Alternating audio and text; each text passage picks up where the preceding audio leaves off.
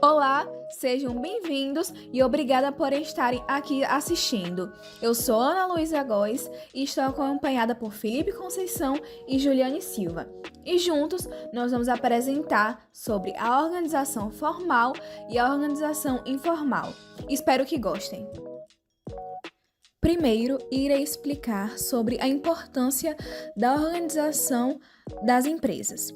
Uma empresa bem organizada tem como uma compreensão mais profunda de seu funcionamento interno, o que facilita a identificação de pontos de problemas em cada departamento.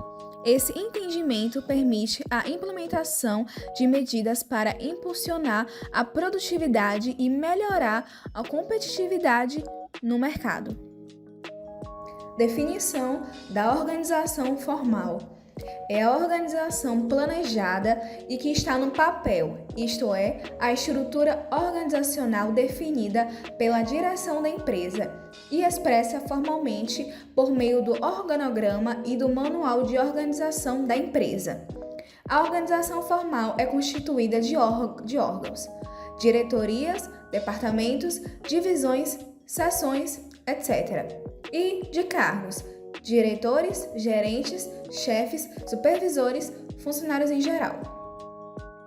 O objetivo principal da organização formal é alcançar os objetivos da empresa de maneira eficiente e eficaz por meio de uma estrutura bem definida de cargos, funções, regras e regulamentos. Essa organização visa estabelecer uma hierarquia que facilite a coordenação das atividades, garantindo uma divisão clara do trabalho, onde cada funcionário assume responsabilidades específicas dentro da organização. As características da organização formal. 1. Estrutura hierárquica. É comumente delineada por uma distribuição de cargos em diferentes níveis, cada um atribuído com autoridade e responsabilidade específicas. 2. Especialização do trabalho. É evidenciada pela segmentação de tarefas, onde cada membro da equipe é designado a uma função específica para desempenhar. 3. Regras e regulamento. Neste modelo organizacional, são definidas diretrizes precisas para orientar o comportamento dos funcionários e regular as operações da empresa. 4. Comunicação formal. Interação entre os membros da equipe é predominantemente formal, seguindo uma cadeia de comando estabelecida. 5. Objetivos claros. Nas organizações formais, os objetivos e metas são precisamente delineados para guiar as atividades da empresa de maneira direcionada e coerente. 6. Documentação. As atividades são meticulosamente registradas através de documentos formais, tais como relatórios, planos e políticas. 7. Tomada de decisão. As decisões de grande relevância seguem um processo estruturado de tomada de decisão, muitas vezes envolvendo uma hierarquia de aprovações e revisões. Vantagens. 1. Clareza de papéis. Estabelece de forma evidente as funções e obrigações de cada membro da equipe, assegurando que todos compreendem suas expectativas e as dos colegas. Tal clareza é crucial para evitar conflitos e garantir a eficiência na execução das tarefas. 2. Comunicação clara. A comunicação segue uma hierarquia definida, promovendo a transmissão de informações de forma precisa e consistente, minimizando a possibilidade de atrasos e mal-entendidos. 3. Eficiência. Uma estrutura formal contribui para a padronização de processos e procedimentos, promovendo assim a eficiência e a redução do tempo necessário para concluir tarefas. 4. Controle e supervisão.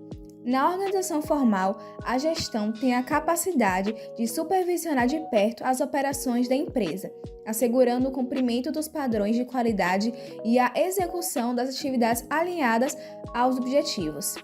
5. Especialização. A divisão do trabalho possibilita que cada funcionário se especialize em uma área específica, resultando em maior eficiência e qualidade no desempenho das tarefas. Desvantagens. 1. Burocracia.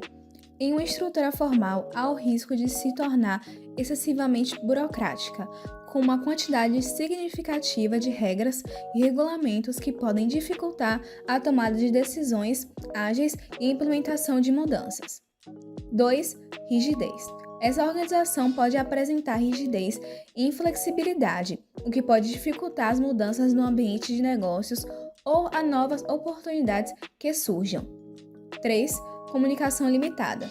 Nessa organização, a comunicação muitas vezes se restringe à verticalidade, fluindo predominantemente de cima para baixo, o que pode restringir a troca de informações entre departamentos e inibir a inovação. 4. Conflitos de poder. A hierarquia clara em uma organização formal pode propiciar o surgimento de conflitos de poder e rivalidades entre gerentes e departamentos. 5. Falta de criatividade. A concentração na padronização e eficiência pode resultar em uma cultura organizacional que não prioriza a criatividade e inovação. E 6. Baixa motivação. A organização formal pode desestimular os funcionários que podem sentir-se limitados em suas responsabilidades e com pouca oportunidade para contribuir com inovações e ideias. Já a organização informal surge naturalmente dentro de qualquer grupo de pessoas que interage regularmente. Isso inclui empresas, escolas, comunidades e outros ambientes sociais. Ela é a manifestação da sociabilidade humana, onde as pessoas tendem a formar laços sociais e criar grupos de afinidade, estabelecendo normas não escritas para regular as suas interações. As relações sociais são vínculos e conexões interpessoais que se desenvolvem entre os membros de uma organização informal. Essa relação pode ser de amizade, confiança mútua ou até mesmo de rivalidade. Os grupos informais surgem quando pessoas com interesses, objetivos ou características semelhantes se reúnem espontaneamente. Esses grupos podem se formar em torno de temas profissionais, como um projeto de trabalho, por exemplo, ou interesses pessoais, como algum assunto fora do trabalho. Dentro desse grupo, nós temos normas sociais, que são regras não escritas que guiam o comportamento dos membros dentro dos grupos informais.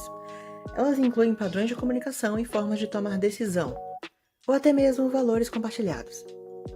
Imagine que algumas pessoas dentro de uma organização torcem para o mesmo time e eles costumam conversar bastante sobre os jogos daquele time. Uma pessoa que torce para um time diferente e resolve entrar nesse grupo pode acabar não sendo tão bem recebida. Assim como a organização formal, a organização informal também tem a sua importância. As pessoas de um grupo informal podem ter a sua comunicação facilitada. Isso resulta em um tráfego mais livre de informações. Um grupo informal também abre espaço para ideias diferentes, formas de pensar diferentes e soluções criativas para algum problema da organização. Sentir que faz parte de algo e que seus colegas de trabalho não se limitam somente à sua organização, também pode ajudar a manter os seus funcionários felizes, confiantes e em sincronia. Porém, existem algumas desvantagens de uma organização informal.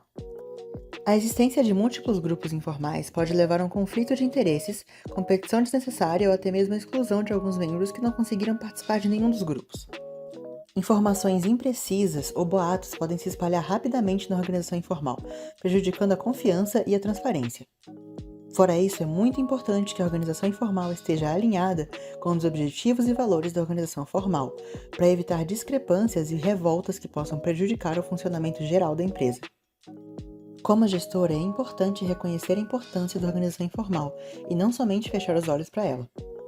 E dessa forma valorizar as suas contribuições para o ambiente de trabalho.